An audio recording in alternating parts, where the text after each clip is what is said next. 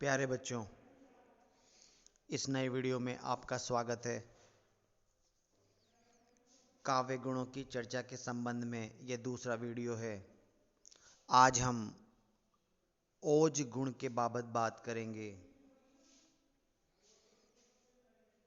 काव्य गुण परीक्षा में व्याकरण का विषय है। स्नातक स्तर की कक्षाओं में यह प्रश्न प्राय पूछा जाता है। सबसे पहले काव्य गुण की परिभाषा। काव्य की शोभा बढ़ाने वाले तत्व काव्य गुण कहलाते हैं।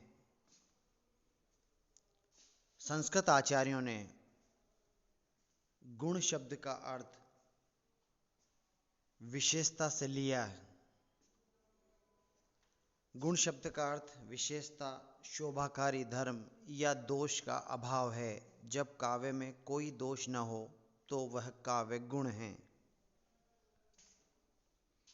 आचार्य वामन ने गुणों की परिभाषा बहुत अच्छी प्रकार से की है।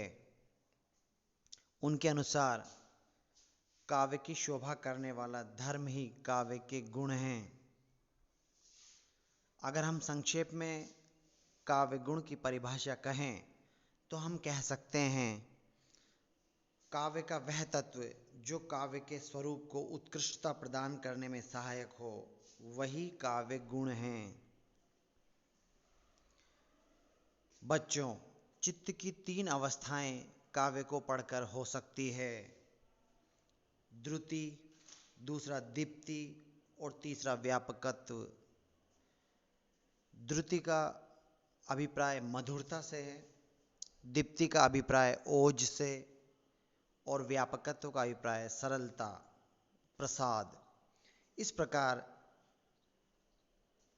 गुणों की संख्या आचार्यों ने 3 मानी है। पहला माधुर्य गुण, दूसरा ओज गुण और तीसरा प्रसाद गुण। आज हम ओज गुण के बाबत विशेष रूप से बात करेंगे। ओज गुण उत्साह से संबंधित है, जोश से संबंधित है।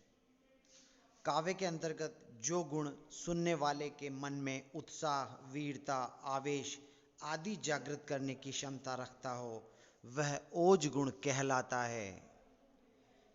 यदि किसी रचना को पढ़कर पाठक या सामाजिक के मन में उत्साह, जोश का संचार हो, तो हम समझ सकते हैं कि वहाँ पर ओज गुण हैं।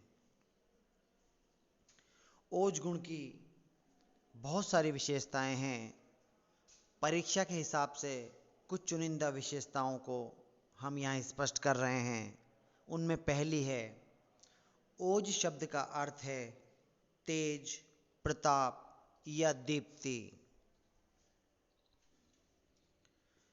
दूसरी विशेषता की बात हम करें तो रचना का गाढ़त्व ओज गुण की विशेषता है।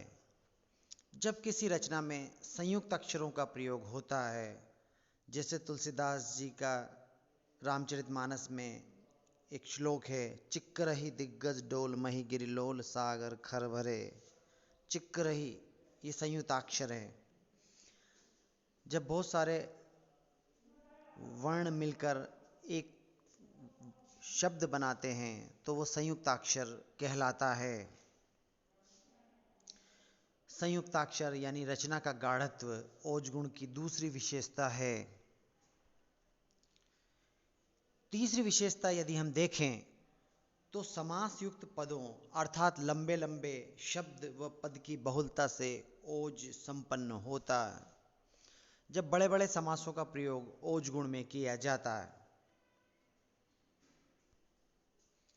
चौथी विशेषता की यदि हम बात करें तो ओज गुण में कर्कश, क्लिष्ट वर्ण संगठन व संयुक्ताक्षरों का प्रयोग एवं ट, ठ, ड, ढ आदि कठोर वर्णों की प्रधानता होती है। ट, ठ, ड, ढ ऐसे वर्ण हैं जो कठोर माने गए हैं, परंतु ओज गुण की ये विशेषता है, ये कठोर वर्ण किसी ओजपूर्ण रचना में आ जाते हैं तो वह विशेषता बन जाते हैं और ओज गुण में कठोर वर्ण विशेषता के रूप में हमारे सामने आते हैं।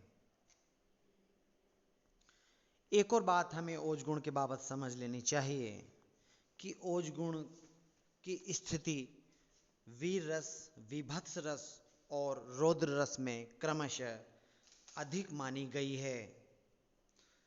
अर्थात पाठक का हृदय वीर रस की अपेक्षा विभत्स रस में और विभत्स रस की अपेक्षा रौद्र रस में अधिक धधक उठा करता है। यानी हम क्रमशः देखें तो वीर रस में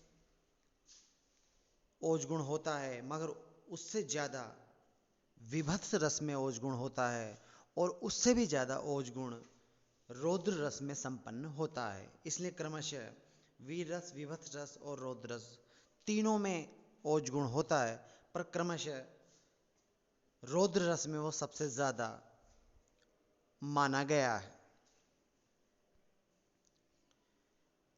रीति की बाबत हमने वीडियो में बात की थी। जो गौड़ी रीति है उसका संबंध ओज गुण से है, अर्थात जहाँ पर ओज गुण होगा वहाँ पर गौड़ी रीति हो सकती है, अथवा जहाँ पर गौड़ी रीति होगी वहाँ पर ओज गुण होने की पूरी संभावना है। इन दोनों का आपस में गहरा संबंध है। अंत में ओज गुण की परिभाषा को हम पूरी तरह से व्यापक रूप से यदि स्पष्ट करें तो संयुक्ताक्षर ट, ठ, ड, श, श आदि का प्रयोग व दीर्घ समास युक्त जिस रचना को सुनने से मन में उत्साह, वीरता या आवेश जागृत होता है, रचना का वही गुण ओज गुण कहलाता है। इस परिभाषा में सारी विशेषताओं को हमने संक्षेप में एक जगह इकट्ठा कर लिया है। यानी संयुक्त अक्षरों का प्रयोग, ट, ठ, ड, श, श कठोर वर्णों का प्रयोग, दीर्घ समास, लंबे लंबे समास युक्त पद, ये सारी बातें ओज गुण में एक साथ समाहित हो जाती है। और जब ये सारी विशेषताएं किसी काव्य रचना में नजर आती है तो हम ये समझ सकते हैं कि वहाँ पर ओज गुण है। अब हम उदाहरण की बात करें। रीतिकाल में भूषण का काव्य ओज गुण का अच्छा उदाहरण है। शिवाजी के प्रसंग में उनके द्वारा रचित बहुत सारे उदाहरण ओज गुण के लिए बहुत उपयुक्त उदाहरण हैं।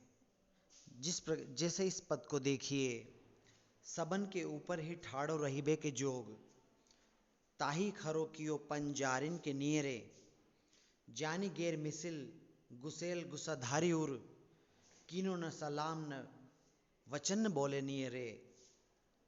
भूषण भनत महावीर बलकन लाग्यो, सारी पात सही के उड़ाए गए जियरे, तमक ते लाल मुख सीवा को निरखी भरे, शाह मुख नौरंग सिपाह मुख पियरे। जब राजा शिवाजी को मुगलों के दरबार में 5000 सरदारों में बिठा दिया गया तो जो गुस्सा शिवाजी को आया उसका वर्णन भूषण ने यहाँ पर बहुत अच्छा किया है। ये उदाहरण ओज गुण के लिए बिल्कुल युक्ति युक्त है।